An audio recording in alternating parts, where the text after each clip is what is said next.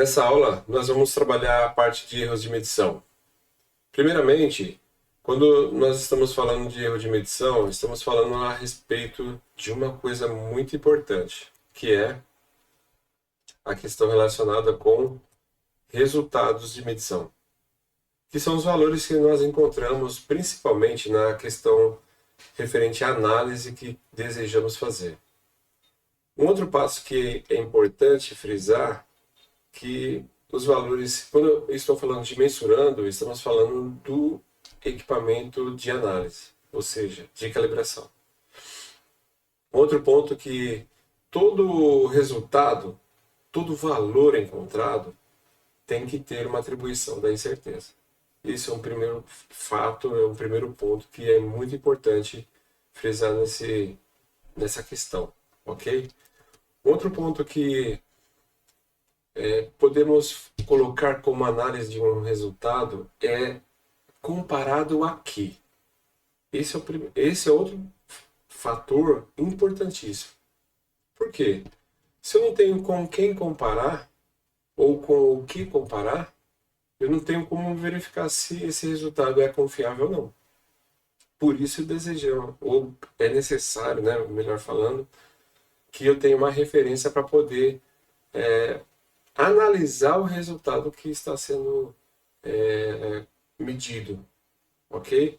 Então aqui colocamos o valor determinado e junto com a incerteza associada. E um exemplo típico aqui que a gente fala que um padrão de massa de 1 kg com a incerteza padrão associada de 3 miligramas. Tá? Isso nós vamos ver com mais clareza lá na frente. E tendo o resultado de medição comparado com um padrão, eu tenho um erro de medição. Logicamente que na figura que nós estamos vendo aqui, isso aqui é uma montagem.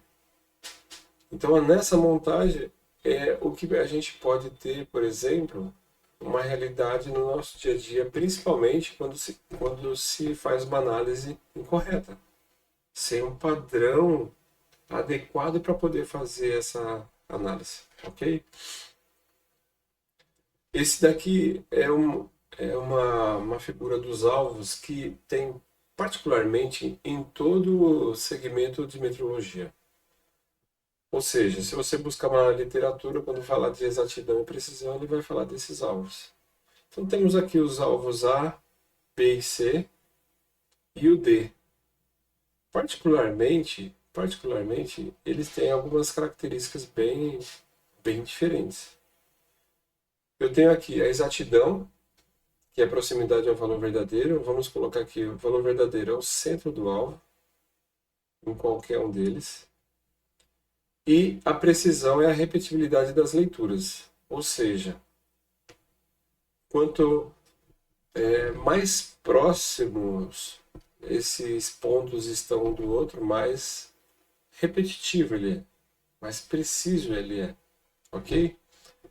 Então, vamos pensar um pouquinho. O alvo A é exato? Ele é preciso? Da mesma forma, o alvo B, ele é exato? Ele é preciso? O alvo C é exato e preciso? E por último, o alvo D, ele é exato e preciso? Primeira coisa que a gente tem que verificar. Como que você analisa? Você pode até dar uma paradinha na aula agora, principalmente para fazer uma análise. O alvo A é exato e preciso? O que você acha? Qual é a sua análise? Porque todo mundo olha esse alvo e na hora de comentar se é exato ou preciso, acaba errando. Já aqui, e a gente está falando de erro, ou seja, é muito pertinente nesse caso. Outro ponto que nós falamos aqui nesse momento é o seguinte. Primeiramente, se já existe o erro de conceito, já começa a ter distorção de um resultado que pode acontecer no nosso dia a dia. Então vamos alinhar esse conceito e você responde para você mesmo. Alvo A, B, C e D. quais são as características de cada um, ok? Dá uma parada no vídeo, verifica como que funciona essa sua definição e no próximo slide a gente vai fazer o quê? Vai fazer a continuidade.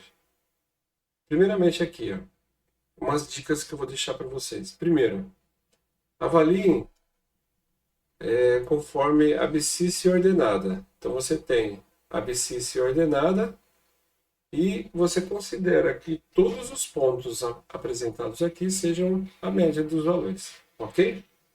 Vamos dar uma paradinha aí? Ok.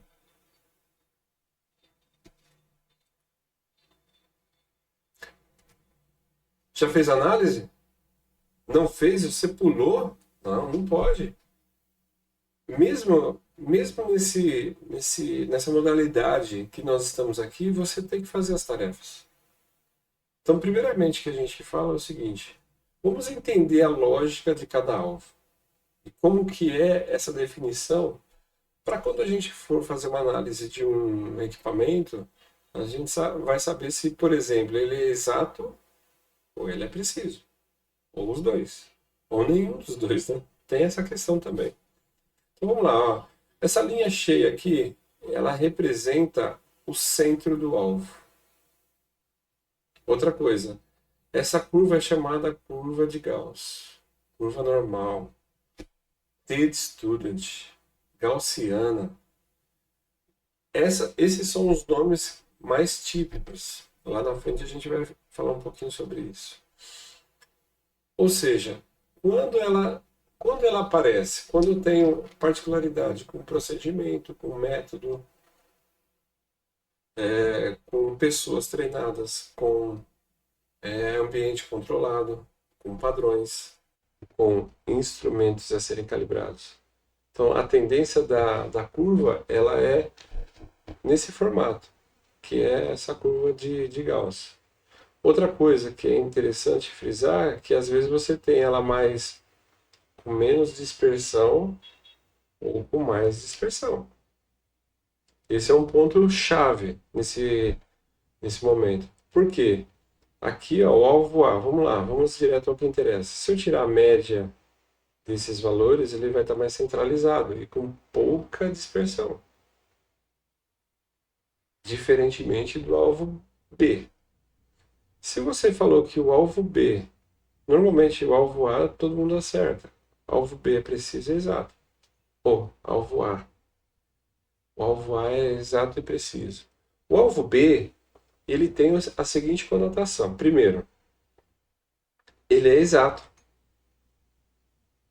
Cara, Joel, como exato? Ele é exato porque se você pensou que ele não era exato e preciso, nem preciso nem exato, tem essa conotação. Esse alvo aqui, ele está com uma dispersão muito grande. Como que eu sei disso? Eu sei o alvo, quando eu falei para vocês que uma das dicas é a média, eu estou falando aqui, ó, que aqui, por exemplo, é mais 1, aqui é menos 1. Na média, está o centro. Aqui, esse alvo aqui, menos 1, mais 1. Dá o centro também. Ou seja, na hora que eu fizer as comparações aqui entre eles, automaticamente eu vou ter o centro, ou muito próximo do centro. Só que os valores estão distantes, dispersos em relação ao centro. Então, muitas das vezes o pessoal erra por conta do conceito. Ou seja, no conceito nós falamos lá que exatidão, proximidade é valor verdadeiro. E precisão é repetibilidade. Então, se você pensou que a exatidão fosse porque está próximo ao centro, ou a precisão, né, melhor dizendo, próximo ao centro e acertando essa linha azul, está errado. Por quê? Aqui nós temos uma aleatoriedade grande.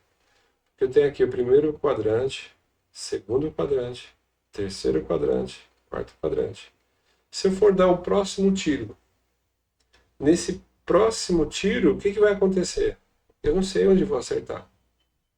se é no primeiro, segundo, terceiro ou quarto quadrante, mas eu sei que vou acertar próximo dessa linha azul. Então isso se chama aleatoriedade. E a aleatoriedade está diretamente ligada com o imprevisível, com dispersão. Ok? Então tem essa questão aí. Tanto é que a curva ela é mais aberta, mais dispersa. É o que pode ocorrer principalmente nos cálculos da incerteza. Tá? Esse alvo B ele está diretamente ligado com a incerteza do tipo. A incerteza, na verdade, é atribuída à dispersão. Então, principalmente, a dispersão é diretamente ligada com a incerteza.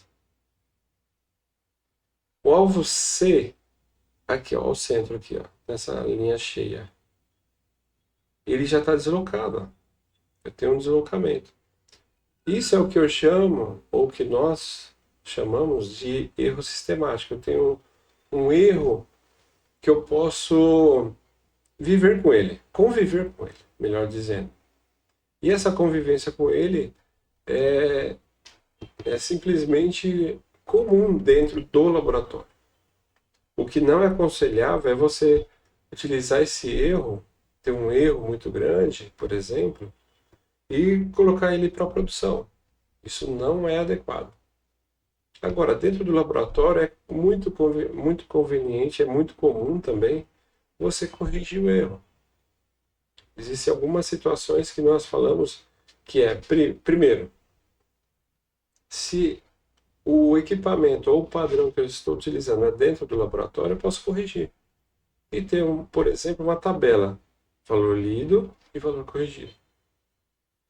Um outro exemplo que eu costumo dizer nos treinamentos presenciais é que, vamos supor uma seguinte situação. Eu vou adiantar um relógio em 5 minutos. Na hora que eu vou verificar a hora, por exemplo, 14 horas. Se eu adiantei 5 minutos, o que eu faço? Subtraio 5 minutos. Então vai dar 13h55. E assim vai. Se eu for verificar o ciclo durante o dia, eu vou reduzir 5 minutos. Por quê? Eu conheço esse erro. E esse erro ele pode ser trabalhado durante todo o meu processo, durante toda a minha atividade, sem problema nenhum. Por quê? Na hora que eu corrijo esse erro está aqui. Na hora que eu corrijo, eu trago o valor de referência para cá, para o centro. E trazendo para o centro, eu ganho, por exemplo, na questão relacionada com o resultado. Então, eu tenho formas de fazer isso sem problema nenhum, ok? E o alvo D, o centro está aqui, ó, nessa linha cheia, só que ele está muito disperso. E o pior, com muita distância do centro. Então isso dá uma proporção de ele não ser exato e nem preciso.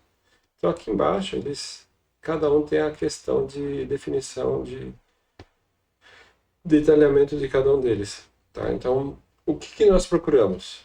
O A. Aqui, a representação do erro de dispersão, que é diretamente ligado com a incerteza e podemos chamar isso de erro aleatório. E aqui o erro sistemático. Na hora que eu corrijo ele, automaticamente eu tenho um erro próximo de zero. Tá? E aqui, na verdade, ninguém quer esse modelo do alvo D, tá? Porque ele está muito disperso e está muito longe do alvo, tá? Ou centro, ou padrão. Se vocês colocarem, por exemplo, aqui a questão do centro, o padrão, e os pontos pretos como o resultado do seu equipamento, poxa, excelente, ok? Erro de medição. Agora vem a definição. Nós temos 3 erros comuns dentro de uma coleta de resultado. O primeiro deles é o grosseiro. O erro grosseiro, na verdade, ele não é nem considerado, mas ele existe, que é o erro de transcrição e o erro de digitação. São esses 2 erros, particularmente, que interferem no processo. Agora, se eu for falar de erro sistemático, o erro sistemático ele é a diferença entre o valor e a média. Nós vamos ver isso mais para frente. Então, ou seja, eu tenho uma média e subtraio do valor de referência. Acabou. Não tem segredo. Então, essa é a particularidade que nós temos. Outro ponto é o erro aleatório. Ou seja, ele vai individualizar o resultado. Então, eu vou pegar o resultado de uma medida menos a média. De outra medida, menos a média. De outra medida, menos a média. Ou seja, ele vai compor o que a gente chama de desvio padrão. Nós vamos estudar um pouco à frente, ok? Segundo ponto, já vamos indo para a prática. Então, provavelmente você já deve ter visto isso aqui em certificados de calibração. O padrão, referência, ou seja, aqui nessa parte a gente tem referência, que é um valor nominal, valor do padrão, tem várias nomenclaturas. Aí é o 20, o valor medido, o valor médio, ou um valor atribuído, valor do instrumento. Então, tem várias nomenclaturas, depende do laboratório que está emitindo um certificado, por exemplo. E aqui o erro, ou chamado também de tendência, tá? Então, essas diferenças sempre vão acontecer. O correto, que é pelo VIN, que é o vocabulário internacional de metrologia, que vocês já viram, né? Primeiramente, ele fala aqui, ó, 20, a referência do padrão, ou valor verdadeiro, ou valor convencional, ou valor nominal. E aqui o valor indicado, o valor médio. Para calcular o erro, sempre será a média menos a referência. A média menos a referência. Por quê? O resultado, ele vai... Nesse exemplo que nós estamos aqui, ele está dizendo que é maior que a referência, ou seja, então aqui o erro vai ser positivo. Ok? Então esse é o primeiro ponto que já está atribuído dentro de um certificado, ou de todos os certificados. E na sequência nós vamos falar sobre incerteza, o fator de abrangência, o grau de liberdade efetiva. Tá? Então essa primeira parte, que é a parte de confiabilidade mesmo, ela é muito significativa. Por quê? Porque nós vamos verificar o comportamento do seu equipamento, do equipamento que você está calibrando, ou analisando. Por quê? É nesse ponto que eu avalio como está esse comportamento do equipamento. E principalmente, é nesse momento que eu falo assim, ó, o seu equipamento não está dando calibração. Por quê? O erro está muito grande. Eu não preciso nem continuar. De repente, o erro está muito grande, muito fora de critérios que você definiu. Automaticamente eu tenho um problema sério. Ou seja, se eu continuar, eu vou perder meu tempo. É aí que eu começo a tomar ações que vão fazer com que isso seja resolvido. Ok? Erro aleatório, ou seja, primeira coisa, as medições que eu repito, ele varia de maneira imprevisível. É o que nós falamos lá atrás, tá? E diretamente ligado ao erro aleatório está a precisão, onde eu avalio as condições que foram submetidas a essas medições e, principalmente, eu vou avaliar a dispersão e o desvio padrão referente a essa medição. Automaticamente, a partir do desvio padrão, posso verificar a repetitividade, precisão intermediária, reprodutibilidade de medição. Isso são temas que vão lá na frente, ok? Então, primeira coisa que a gente vai falar aqui é sobre a questão de como que eu avalio a precisão do equipamento. Ó, desvio padrão. Esse é o primeiro ponto. Um outro ponto que nós falamos foi o erro sistemático, que compõe a questão relacionada com as medições repetidas e elas variam particularmente com o mesmo comportamento. Tá? E esse comportamento depois ele é registrado, calculado e colocado em planilhas. Né? Então esse valor de referência ele está representado aqui, ó. Então eu tenho aqui a referência nessa linha laranja. E aqui, ó, a média, que pode ser o mi ou um x barra. Então esse erro sistemático ele está atribuído à média das medições. Então a média ela se deslocou para mais. Então eu tenho lá, não vou nem colocar nem coloquei valores para não ficar tendencioso para o entendimento nessa questão do erro sistemático, ok? Mas nós vamos falar com mais clareza. O erro de medição sistemático, ele está diretamente ligado com a exatidão. Que na verdade, eu poderia dizer o seguinte, a exatidão, quanto menor o erro, maior a exatidão. Então tem essa questão também nesse sentido, tá? O erro sistemático também pode ser corrigido, ó, olha o que nós falamos lá. Ele pode ser corrigido. Automaticamente, quando ele é corrigido, eu trago o resultado para próximo do valor verdadeiro, que é o alvo C. Estão lembrados? Então esse alvo C tem essa questão relacionada com o resultado.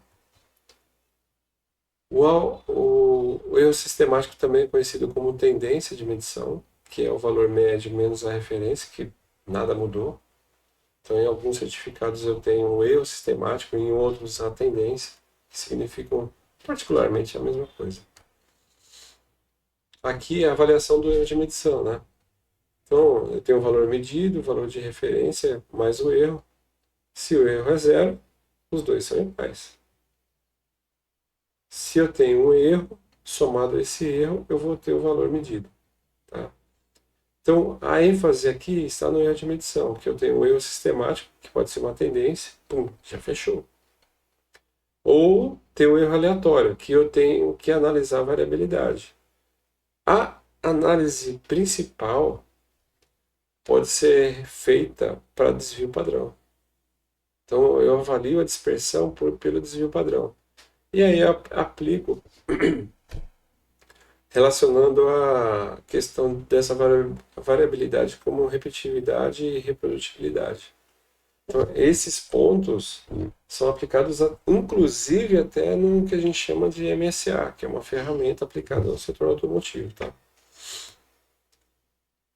Na estatística descritiva, nós vamos ver na próxima aula. Ok? Vocês vão verificar lá a amplitude, desvio padrão e a questão da variância ela vai ser de acordo com cada aplicação. Se eu estou no setor mais envolvendo a questão analítica, a variância é significativa. Quando não, aí nós só trabalhamos o desvio padrão. Ok? Vamos lá, vamos para a próxima.